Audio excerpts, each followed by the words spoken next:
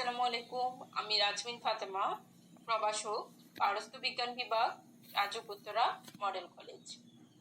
আজকে আমি আলোচনা করব একাদশ ও দ্বাদশ শ্রেণীর পারস্ত বিজ্ঞান দ্বিতীয় পত্রের ত্রয়োদশ অধ্যায় থেকে।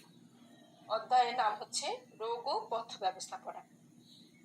শিক্ষার্থীরা, গত ক্লাসে আমরা এই অধ্যায়ে থেকে আলোচনা করেছিলাম পথ্য কি, পথ্য পরিকল্পনার গুরুত্ব, পথ্য পরিকল্পনার বিবেচ্য বিষয় এবং বিভিন্ন রোগের পথ্য ব্যবস্থাপনা নিয়ে। বিভিন্ন রোগের মধ্যে আমরা আলোচনা করেছিলাম উচ্চ রক্তচাপ, হৃদরোগ এবং ডায়াবেটিস নিয়ে। আজকে আমরা আলোচনা করব হচ্ছে জন্ডিস, আমাশয়, কোষ্ঠকাঠিন্য, আলসার, এই 4টি রোগের পথ্য ব্যবস্থাপনা নিয়ে। শিক্ষার্থীরা, প্রথমে আমরা দেখব জন্ডিস এর পথ্য ব্যবস্থাপনা। জন্ডিস কি?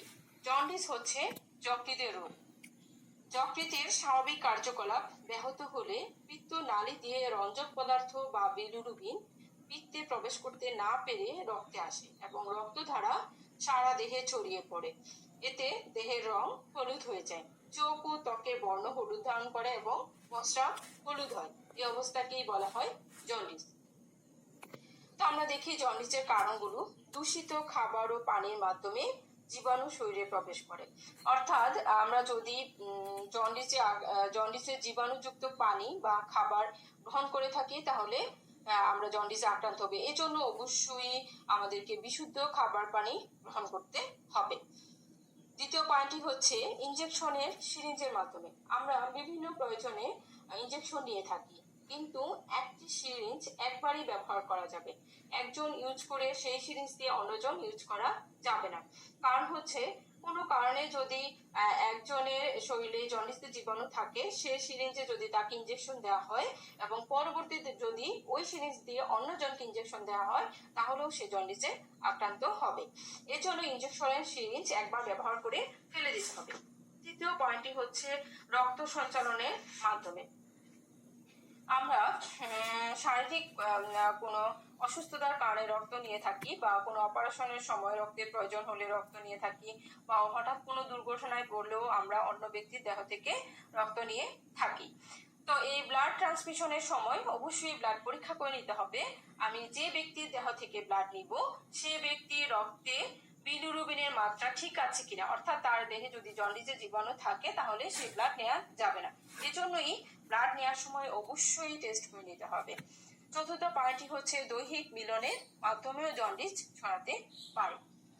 এখন আমরা দেখব জন্ডিসের লক্ষণগুলো। জ্বর ভাব, ক্ষুধা-মন্দা, মাথা ধরা, পেট ব্যথা, হজমে ব্যাঘাত ঘটা, ওজন হ্রাস পায়, মূত্রের রং হলুদ হয়, চোখ ও ত্বক হলুদ বর্ণ ধারণ করে। তো শিক্ষার্থীরা, আমাদের যদি এই সিমটমগুলোর সাথে কিছু কিছু সিমটমও মিল থাকে তাহলে আমরা ডাক্তারের কাছে গিয়ে ডাক্তারের পরামর্শ অনুযায়ী ব্লাড টেস্ট করব।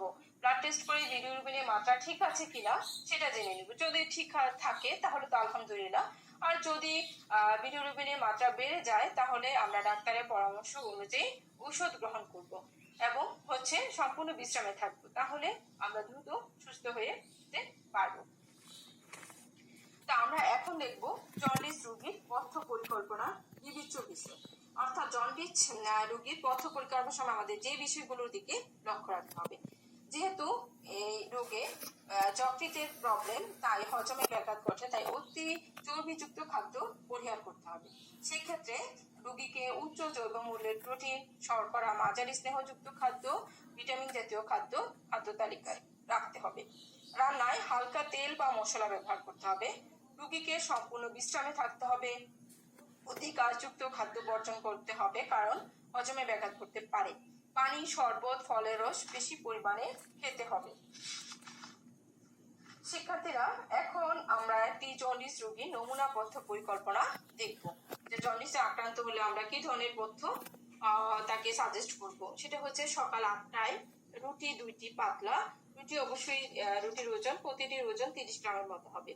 দুধ সুজি পাতলা করে রান্না করা 1 কাপ, পাকা কলা 1টি। সকাল 11টায় ফলের রস 1 কাপ। দুপুর 2টায় নরম ভাত 1 কাপ, অল্প আঁশযুক্ত সবজি 1/2 কাপ, মাছের ঝোল অর্থাৎ কম ফ্যাটযুক্ত মাছ হতে হবে, সেটা হবে 1 পিস। বিকেল 5টায় স্যুপ, মুরগি ও সবজির স্যুপ হতে পারে 1 বাটি। রাত 8:30টায় নরম ভাত 1 কাপ, মুরগির ঝোল 1 পিস, কচি মুরগি হতে হবে। রাত 10টায় শরবত 1 কাপ এবং রান্নায় ব্যবহৃত তেলের পরিমাণও কম হতে হবে, অর্থাৎ 10 গ্রামের মতো। জন্ডিস রোগীর জন্য নির্দেশনা হচ্ছে ডাক্তারের পরামর্শ অনুযায়ী ঔষধ সেবন করতে হবে, রোগীকে সম্পূর্ণ বিশ্রামে থাকতে হবে, পানি জাতীয় খাদ্য বেশি পরিমাণে খেতে হবে, যেমন পানি, ফলের রস, শরবত, এগুলো বেশি পরিমাণে খেতে হবে। খাবার পানি অবশ্যই বিশুদ্ধ পানি ব্যবহার করতে হবে, রুটিন মাফিক হেলথ চেক আপ থাকতে হবে। অর্থাৎ কিছুদিন ওষুধ খাওয়ার পরে আমরা যখন দেখবো যে দেহের হলুদ ভাব কমে গেছে, চোখের হলুদ ভাব কমে গেছে, তাই বলে বাসায় বসে থাকলে চলবে না। পরবর্তীতে আবার ডাক্তারের কাছে গিয়ে আবার আমাকে ব্লাড টেস্ট করে শিওর হতে হবে যে আমার বিলিরুবিনের মাত্রা ঠিক আছে কিনা। যদি ঠিক থাকে তাহলে আলহামদুলিল্লাহ, আর যদি দেখা যায় যে কিছু পরিমাণে রয়ে গেছে তাহলে ডাক্তারের পরামর্শ অনুযায়ী আরো কিছুদিন ওষুধ সেবন করতে হবে এবং সম্পূর্ণ বিশ্রামে থাকতে হবে। শিক্ষার্থীরা, আমরা এখন একটি নমুনা প্রশ্ন দেখি যে 17 বছর বয়সী রোহানের 5 দিন যাবৎ জ্বর ভাব, ক্ষুধা-মন্দা, চোখ ও শরীর হলুদা ভাব এবং প্রস্রাব হলুদ হচ্ছে। ডাক্তার পরীক্ষা করে দেখেন তার রক্তে বিলিরুবিনের মাত্রা বেশি। ডাক্তারের ঔষধের পাশাপাশি তাকে সম্পূর্ণ বিশ্রামে থাকতে বলেন এবং পানি ও পানি জাতীয় খাদ্য, অল্প আঁশযুক্ত খাদ্য, কম তৈলাক্ত খাবার খেতে বলেন এবং 20 দিন পর আবার যেতে বলেন। রোহানের জন্য একদিনের পথ্য পরিকল্পনা তৈরি করো। শিক্ষার্থীরা দেখো, আমরা রোহানের যে সমস্যাগুলো ছিল, জ্বর ভাব, ক্ষুধা-মন্দা, চোখ ও শরীর হলুদ হয়ে যাওয়া, প্রস্রাব হলুদ হয়ে যাওয়া, এই সিমটম গুলো দেখে কিন্তু আমরা বুঝতে পেরেছি যে রোহানের জন্ডিস হয়েছে। তা আমাদের পরীক্ষায় কিন্তু সরাসরি উল্লেখ থাকবে না যে রোহান জন্ডিসে আক্রান্ত, রোহানের জন্য একটি পথ্য পরিকল্পনা তৈরি করা। আমাদেরকে উদ্দীপকটি পড়ে বুঝতে হবে যে উক্ত ব্যক্তি কোন রোগে ভুগছেন, তার জন্য আমি পথ্য পরিকল্পনা করবো। এখানে কিন্তু আরেকটা পয়েন্ট দেওয়া আছে যে রক্তে বিলিরুবিনের মাত্রা বেশি। এই পয়েন্টটা নাও দেয়া থাকতে পারে, আবার কখনো কখনো দেয়া থাকতে পারে। তো রক্তে বিলিরুবিনের মাত্রা যখনই বেশি হবে তখন আমাকে ধরে নিতে হবে যে জন্ডিস। তাহলে শিক্ষার্থীরা আমরা পারবো যে রোহান হচ্ছে একজন রোহান জন্ডিসে আক্রান্ত। রোহানের জন্য একটি পথ্য পরিকল্পনা করব। আমরা তো এর আগে দেখলাম যে পথ্য পরিকল্পনা, জন্ডিস রোগীর পথ্য পরিকল্পনা কিরূপ হবে। তাহলে আমরা রোহানের উপযোগী একটি পথ্য পরিকল্পনা তৈরি করে ফেলতে পারবো। এখন আমরা আলোচনা করব আমাশয় নিয়ে। আমাশয় হচ্ছে পেটের পীড়া। আমাশয় 2 ধরনের হতে পারে, একটা হচ্ছে অ্যামিবিক আমাশয়, একটা হচ্ছে ব্যাসিলারি আমাশয় বা রক্ত আমাশয়। অ্যামিবিক বা সাদা আমাশয় হয়ে থাকে অ্যান্টামিবা হিস্টুলাইটিকা ব্যাকটেরিয়ার কারণে, আর ব্যাসিলারি আমাশয় বা রক্ত আমাশয় হয়ে থাকে সিকেলা ব্যাসিলাস প্যারাসাইটের আক্রমণের কারণে। তো আমাশয়ের কি কি কারণে হয়ে থাকে সেটা আমরা দেখি। কারণগুলো হচ্ছে বাসি, পচা ও দূষিত পানি ও খাবার গ্রহণের ফলে। তো আমাদেরকে বাসি পচা খাবার গ্রহণ করা যাবে না। দূষিত পানির কারণেও কিন্তু আমাশয় হতে পারে। বিশুদ্ধ পানি ব্যবহার না করলে, পানি অবশ্যই বিশুদ্ধ হতে হবে। জীবাণুবাহী মাছি খাবারে বসলে, আমরা অনেক সময় খাবার রান্না করে খুলে রাখি, ঢাকনা দিয়ে রাখি না, তখন দেখা যায় যে মাছি তো যেখানে সেখানে বসে থাকে। তো মাছি যদি কোনো আমাশয় জীবাণুর উপর বসে থাকে বা হচ্ছে দূষিত পানির উপর বসে থেকে আসে বা টয়লেটেও মাছি থাকে, সেই মাছি এসে যদি এই খাবারের উপর বসে এবং সেই খাবারটা যদি আমরা গ্রহণ করি তাহলেও কিন্তু আমাশয় হতে পারে। আবার হচ্ছে কাঁচা শাকসবজি ভালো করে না ধুয়ে নিলে। কাঁচা শাকসবজি ভালো করে না ধুয়ে খাওয়া যাবে না, কারণ কাঁচা শাকসবজির উপরে যদি আমাশয় জীবাণু থাকে এবং সেটা আমরা গ্রহণ করি তাহলেও আমাশয় হতে পারে। সবচেয়ে ভালো হচ্ছে খোসা ফেলে দিয়ে খেলে, এবং হচ্ছে শাকসবজি, কাঁচা শাকসবজি অবশ্যই ভালোভাবে ধুয়ে নিতে হবে। হাত মুখ সবসময় পরিষ্কার না থাকলে, হাত মুখ যদি পরিষ্কার না থাকে তাহলে হাতের মাধ্যমে কোনো কারণে জীবাণু যদি মুখে প্রবেশ করে তাহলে আমরা আমাশয়ে আক্রান্ত হতে পারি। এজন্য অবশ্যই খাদ্য গ্রহণের পূর্বে সাবান পানি দিয়ে ভালোভাবে হাত পরিষ্কার করে নিতে হবে। এখন আমরা দেখব অ্যামিবিক আমাশয় বা সাদা আমাশয়ের লক্ষণগুলো হচ্ছে হঠাৎ তলপেট মোচড়ানো বা ব্যথা হয়, 10-12 বার পায়খানা হতে পারে, অল্প পরিমাণে পায়খানা হলেও বারবার পায়খানা ব্যাক হওয়া, পেটে অতিরিক্ত গ্যাস হয়, বমি ভাব হয়, পানি স্বল্পতা দেখা দিতে পারে। এবার আমরা দেখব ব্যাসিলারি আমাশয়ের লক্ষণ। দেহে জ্বর থাকে, পায়খানার মাত্রা অত্যাধিক বেশি, প্রায় 15 থেকে 20 বার, পায়খানার সাথে রক্ত পড়ে, মিউকাস বেশি থাকে। শিক্ষার্থীরা, আমরা দেখলাম যে দুই ধরনের আমাশয়ের ক্ষেত্রেই দেখা যায় যে বারবার পায়খানা হচ্ছে, তবে বেসিলারি আমাশয়ের ক্ষেত্রে রক্ত পড়ে, কিন্তু অ্যামিবিক আমাশয়ের ক্ষেত্রে রক্ত পড়ে না। এখন আমরা দেখব আমাশয় রোগীর পথ্য পরিকল্পনার লক্ষণীয় বিষয়গুলো, অর্থাৎ আমাশয় রোগীর পথ্য পরিকল্পনার সময় যেসব বিষয়ের দিকে আমাদেরকে লক্ষ্য রাখতে হবে। রোগীকে সম্পূর্ণ বিশ্রামে থাকতে হবে, বারবার খাবার স্যালাইন খেতে দিতে হবে, অল্প মশলা ও তেলযুক্ত খাবার দিতে হবে, নরম ও সহজপাচ্য খাবার দিতে হবে, অল্প আঁশযুক্ত খাবার দিতে হবে এবং পানি ও পানি জাতীয় খাবার বেশি পরিমাণে দিতে হবে। এখন আমরা একজন আমাশয় রোগীর একদিনের পথ্য পরিকল্পনা দেখব। রোগীকে সকাল 7:30টায় যদি চিরা দেওয়া হয় হাফ কাপ, দই 1 কাপ, কলা 1টি, সকাল 9টায় স্যালাইন 1 কাপ, সকাল 10টায় ডাবের পানি 1 কাপ, দুপুর 12টায় স্যালাইন 1 কাপ, দুপুর 2টায় জাউ ভাত 1 কাপ, শিং মাছের ঝোল 1 কাপ, পেঁপে বা কাঁচকলার তরকারি 1 কাপ, বিকেল 5টায় স্যুপ 1 কাপ, রাত 7টায় স্যালাইন 1 কাপ, রাত 9টায় নরম ভাত 1 কাপ, মুরগির মাংসের ঝোল 1 কাপ, আলু পেঁপে কাঁচা কলা নিরামিষ 1 কাপ এবং রান্নায় ব্যবহৃত তেলের পরিমাণ হবে 10 গ্রাম, কারণ অতিরিক্ত তেলযুক্ত খাবার হজমে ব্যাঘাত ঘটে। এখন আমরা দেখব আমাশয় রোগীর জন্য নির্দেশনা। ডাক্তারের পরামর্শ অনুযায়ী ওষুধ সেবন করতে হবে, বিশুদ্ধ খাবার পানি পান করতে হবে, বারবার স্যালাইন খেতে হবে, পচাবাসি খাবার বর্জন করতে হবে, খাবার গ্রহণের পূর্বে সাবান পানি দিয়ে ভালোভাবে হাত মুখ পরিষ্কার করে নিতে হবে, কাঁচা ফলমূল ভালোভাবে ধুয়ে গ্রহণ করতে হবে। শিক্ষার্থীরা, এখন আমরা একটি নমুনা প্রশ্ন দেখব। 10 বছর বয়সী সাদের গতকাল রাত থেকে জ্বর, বমি ভাব, বারবার পায়খানা হচ্ছে, পায়খানার সাথে রক্ত যাচ্ছে। তাকে ডাক্তারের কাছে নিয়ে গেলে ডাক্তার ওষুধের পাশাপাশি স্যালাইন খাওয়াতে বলে এবং সহজপাচ্য কম মশলাযুক্ত খাবার খেতে বলেন। সাদের জন্য একদিনের পথ্য পরিকল্পনা তৈরি করুন। শিক্ষার্থীরা, উদ্দীপকটি পড়ে আমরা দেখলাম যে সাদ আমাশয়ে আক্রান্ত এবং সে বেসিলারি আমাশয়ে আক্রান্ত, কারণ তার পায়খানার সাথে রক্ত যাচ্ছে। তাহলে কি আমরা সাদের সিমটম গুলো দেখে আমরা কিন্তু আইডেন্টিফাই করতে পারলাম যে সাদ আমাশয় রোগে আক্রান্ত। তাহলে সাদের জন্য আমরা একটি পথ্য পরিকল্পনা তৈরি করতে পারবো, কারণ সাদের পথ্য পরিকল্পনাটি হবে আমাশয় রোগীর পথ্য পরিকল্পনা। শিক্ষার্থীরা, এখন আমরা দেখব কোষ্ঠকাঠিন্য। কোষ্ঠকাঠিন্য বা কনস্টিপেশন কি? কোষ্ঠকাঠিন্য হলে নিয়মিত ও স্বাভাবিকভাবে মল নিষ্কাশন হয় না। দৈনিক আমাদের সাধারণত একবার অবশ্যই মল নিষ্কাশন হতে হয়, কিন্তু যদি কারো টয়লেট অনেক বেশি কঠিন হয় এবং প্রতিদিন একবার টয়লেট না হয়, তাহলে বুঝতে হবে যে কোষ্ঠকাঠিন্য। যে কোষ্ঠকাঠিন্যের কি কি কারণে হতে পারে? প্রথমত অল্প পরিমাণে পানি গ্রহণ, অর্থাৎ পানি যদি কম খাওয়া হয় তাহলে মল নরম হতে পারে না এবং সহজে নিষ্কাশিত হতে পারে না। অতিরিক্ত তেল ও চর্বিযুক্ত খাবার গ্রহণের ফলে, শাকসবজি ফলমূল গ্রহণ না করলে।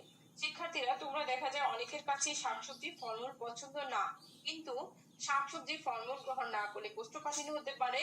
এবং শাকসবজি ফলমূল হচ্ছে কি ভিটামিন জাতীয় খাদ্য, যা আমাদের রোগ প্রতিরোধে সহায়তা করে থাকে।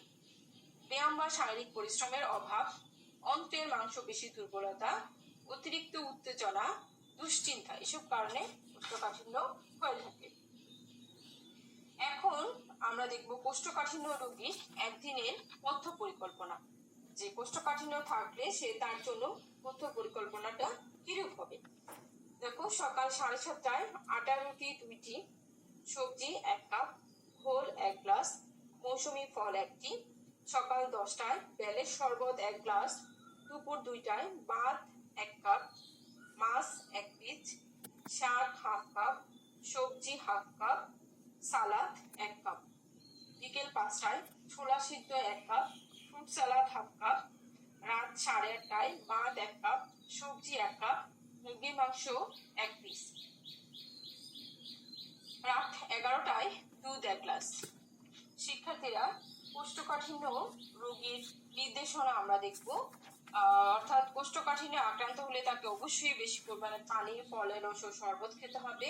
শাকসবজি ও ফলমূল প্রচুর পরিমাণে খেতে হবে, যাতে দেহে থেকে বর্জ্য পদার্থ দ্রুত বের হতে পারে, নরম হয়। অতিরিক্ত তৈলাক্ত খাবার বর্জন করতে হবে। ডাক্তারের পরামর্শ অনুযায়ী ওষুধ সেবন করতে হবে। নিয়মিত ব্যায়াম করতে হবে এবং ধূমপান বর্জন করতে হবে।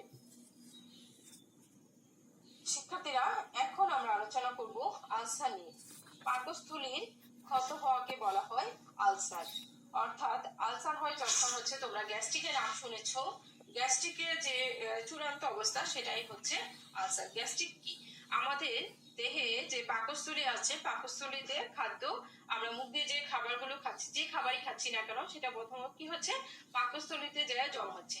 পাকস্থলীতে যে খাদ্য পরিপাককারী এনজাইম এবং হাইড্রোক্লোরিক অ্যাসিড নিঃসৃত হয়, সেটা যদি আমি দীর্ঘক্ষণ না খেয়ে থাকি তাহলে আমার পেটে পড়বে। তো পেটে পাকস্থলীর গায়ে যদি পড়ে তাহলে হাইড্রোক্লোরিক অ্যাসিড পড়তে পড়তে সেই জায়গাটা ক্ষত হয়ে যায়। এই ক্ষত হওয়াকে বলা হয় আলসার। কিন্তু আবার যদি পাকস্থলীতে খাবার থাকে তাহলে হাইড্রোক্লোরিক অ্যাসিড বা পরিপাককারী এনজাইম পড়বে খাবারের উপর, যেটা খাবার হজমে সহায়তা করবে। তাই শিক্ষার্থীরা, আমাদের দীর্ঘক্ষণ না খেয়ে থাকা উচিত না। দীর্ঘক্ষণ না খেয়ে থাকলেই আলসার হয়ে থাকে। দীর্ঘক্ষণ না খেয়ে থাকলে এই হাইড্রোক্লোরিক অ্যাসিড এবং পরিপাককারী এনজাইম কি করবে, আমার পাকস্থলীর গায়ে গিয়ে পড়বে এবং পাকস্থলীর গায়ে পড়ে সেই জায়গাটা ক্ষত হয়ে যাবে। এই ক্ষত হওয়াকে বলা হয় আলসার। তো আলসার কি কি কারণে হতে পারে? দেখো, বংশগত কারণে হতে পারে। বাবা মায়ের যদি থাকে বা নানা দাদুদের যদি থাকে তাহলে বংশগত কারণে আলসার হয়ে থাকে। খাদ্যাভ্যাস, অধিক মশলাযুক্ত খাদ্যের কারণে হতে পারে।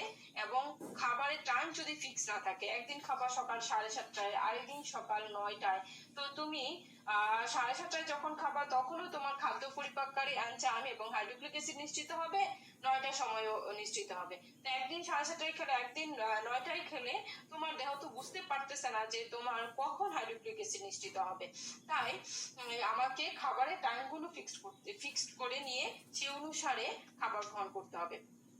অতিরিক্ত ধূমপান এবং মদ্যপানের কারণে আলসার হয়ে থাকে। দুশ্চিন্তার কারণে আলসার হয়ে থাকে। ভয় উত্তেজনার কারণে আলসার হয়ে থাকে। এবং অপুষ্টির কারণে, অর্থাৎ আমরা যদি দেহে চাহিদা অনুযায়ী খাবার না খেয়ে থাকি এবং দীর্ঘক্ষণ না খেয়ে থাকি আমাদের, তাহলে আলসার হতে পারে। অনিয়ন্ত্রিত জীবনযাপন, অর্থাৎ যেটা আমরা বললাম যে কোনো টাইম ফিক্স না। তুমি বা শিক্ষার্থীরা, তোমরা হয়তো কলেজে আসো, টিফিন অবশ্যই নিয়ে আসবে, কারণ টিফিন না নিয়ে আসলে তুমি এই যে সকালেও নাস্তা খেয়ে আসো না, অনেকেই নাস্তা খেয়ে আসো না, আমি তোমাদেরকে কিন্তু ক্লাসে বারবার বলে থাকি যে তোমরা নাস্তা খেয়ে আসো। নাস্তা খেয়ে আসো না, অনেকেই টিফিন নিয়ে আসো না, তারপরে বাইরে থেকে খাবার কিনে খাও, এইসব কারণেই কিন্তু আলসার হয়ে থাকে। হয়তো কোথাও গেছো, তোমার কাছে খাবার নাই, দেরি হয়ে যাচ্ছে, কিন্তু তোমার কাছে যদি পানি থাকে তাহলে পানি খেলেও কিন্তু হাইড্রোক্লোরিক অ্যাসিড এবং পরিপাককারী এনজাইমটা কিছুটা হালকা হয়ে যায়, যদি একদমই খাবার না থাকে। কিন্তু শিক্ষার্থীরা, তোমরা অবশ্যই খেয়াল রাখবে যে খাবারের বিরতি যেন বেশি না হয় এবং টাইম ফিক্সড করে খাবার, তাহলে আলসার হওয়ার সম্ভাবনা কম থাকে। এবার আমরা দেখবো আলসারের লক্ষণগুলো। খালি পেটে তীব্র ব্যথা হয়, বমি বমি ভাব হয়, পেট মোচাড়ানো এবং রক্ত পায়খানা ও রক্ত বমি হতে পারে। আলসার যদি একদম বেশি পরিমাণে হয়ে যায় তাহলে দেখা যাবে পায়খানার সাথে রক্ত যাচ্ছে, বমির সাথে রক্ত যাচ্ছে। তো আমরা এখন দেখবো যে আলসার রোগীর একদিনের পথ্য পরিকল্পনা কিরকম হতে পারে। আমরা প্রথমে দেখি সকাল 8টায় সিদ্ধ আটা রুটি 2টি, নরম সিদ্ধ ডিম 1টি, পেঁপে, পাকা পেঁপে হাফ কাপ, চা দুধ এবং চিনি ছাড়া, এটা হচ্ছে 1 কাপ, কারণ দুধ চিনি আলসার বাড়াতে সহায়তা করে। সকাল 10:30টায় নুডলস 1 কাপ, কলা 1টি। দুপুর 2টায় নরম ভাত 1 কাপ, কাঁচা পেঁপের তরকারি 1 কাপ, মাছ কম তৈলাক্ত 1 পিস। বিকেল 5:30টায় বিস্কিট 2টি, মৌসুমী ফল 1টি। রাত 9টায় নরম ভাত 1 কাপ, সবজি হাফ কাপ, মুরগির মাংস 1 পিস। রাত 11টায় দই 1 কাপ। আলসার আক্রান্ত হলে অনেক সময় দেখা যায় দুধ এবং দুধ জাতীয় খাদ্য হজমে ব্যাঘাত ঘটে। তাই টক দই যদি হয় বা মিষ্টি দই যেটাই হোক না কেন, দই ঝামেলা করে না পেটের পীড়ার ক্ষেত্রে। দেখা যায় আলসারের ক্ষেত্রে খাদ্য পরিপাকের ক্ষেত্রে দইটা উপকারী। তো রান্নায় ব্যবহৃত তেল 15 গ্রাম। শিক্ষার্থীরা তোমরা খেয়াল রাখবে যে আলসার আক্রান্ত হলে পেঁপে বিশেষ করে বেশি উপকারী। যদি এমন হয় যে কাঁচা পেঁপে পেরে নিয়ে সেটা আগে ধুয়ে নিয়ে খোসা ছিলে তারপর খাও, অর্থাৎ খোসা ছিলে আর না ধুয়ে নিলে, তাহলে এই যে পেঁপের যে কি থাকে, যে খোসার নিচে যে ইয়েটা থাকে, রসটা থাকে, সেটা হচ্ছে পরিপাকে সহায়তা করে এবং আলসার রোগের জন্য খুবই ভালো। আলসার রোগীদের জন্য অবশ্যই কম মশলাযুক্ত খাদ্য খেতে হবে, কম তৈলাক্ত খাদ্য খেতে হবে, কারণ বেশি তৈলাক্ত খাদ্য আর আলসার বাড়ায়। আলসার রোগীর জন্য নির্দেশনা হচ্ছে ডাক্তারের পরামর্শ অনুযায়ী ওষুধ গ্রহণ করতে হবে, অল্প আঁশযুক্ত শাকসবজি গ্রহণ করতে হবে, নির্দিষ্ট সময়ে খাদ্য গ্রহণ করতে হবে এবং হালকা ব্যায়াম করতে হবে। টাইমটা অবশ্যই খেয়াল রাখতে হবে, কারণ টাইম ফিক্স না করলে হাইড্রোক্লোরিক অ্যাসিড এবং ফুলপাতকারী এনজাইম ক্ষত আরো বাড়াবে। শিক্ষার্থীরা তোমরা একটি হোমওয়ার্ক লিখে নাও। আমরা একটা সৃজনশীল কোশ্চেন দেখব, যে হচ্ছে কলেজ পড়ুয়া লিমার কিছুদিন যাবৎ পেটে ব্যথা ও বমি বমি ভাব হয়। একদিন হঠাৎ করে তার রক্ত বমি হচ্ছে। ডাক্তারের কাছে নিয়ে গেলে ডাক্তার তাকে নির্দিষ্ট সময়ে খাদ্য গ্রহণ করতে বলে এবং অল্প আঁশযুক্ত খাবার গ্রহণ করতে বলে। উক্ত ছাত্রীর একদিনের খাদ্য পথ্য পরিকল্পনা তৈরি করো। শিক্ষার্থীরা আমরা দেখলাম যে লিমা নামে যে মেয়েটি, তার পেট ব্যথা এবং বমি ভাব, তো এবং তার রক্ত বমিও হচ্ছে, অর্থাৎ তার আলসারের পরিমাণ বেশি বেড়ে গেছে। আমরা কিন্তু আলসারের সিমটম গুলো দেখে উদ্দীপকের সাথে মিলিয়ে দেখলাম যে লিমা আলসারে আক্রান্ত। তাহলে লিমার জন্য আমার পথ্য পরিকল্পনা হবে আলসার রোগীর জন্য পথ্য পরিকল্পনা। তোমরা কিন্তু আমাশয় রোগীর সাথে মিলাবা না, কারণ হচ্ছে রক্ত বমি হচ্ছে, এখানে কিন্তু পাতলা পায়খানা হচ্ছে না বা বারবার টয়লেটে যাচ্ছে না, এখানে শুধু পেটে ব্যথা হচ্ছে, বমি বমি। আর যদি আমাশয় হয় তাহলে অবশ্যই বারবার পাতলা পায়খানা হবে। তাই অবশ্যই খেয়াল রাখতে হবে, আমাদেরকে উদ্দীপকটি পড়ে বুঝে নিতে হবে যে কে কোন রোগে আক্রান্ত, যে রোগে আক্রান্ত সেই রোগের পথ্য পরিকল্পনা তৈরি করলেই চলবে। তা শিক্ষার্থীরা তোমরা হোমওয়ার্কটি লিখে নাও এবং হোমওয়ার্কটি তৈরি করে নিয়ে আসবে। তা যেখানেই শেষ করব, ধন্যবাদ সবাইকে।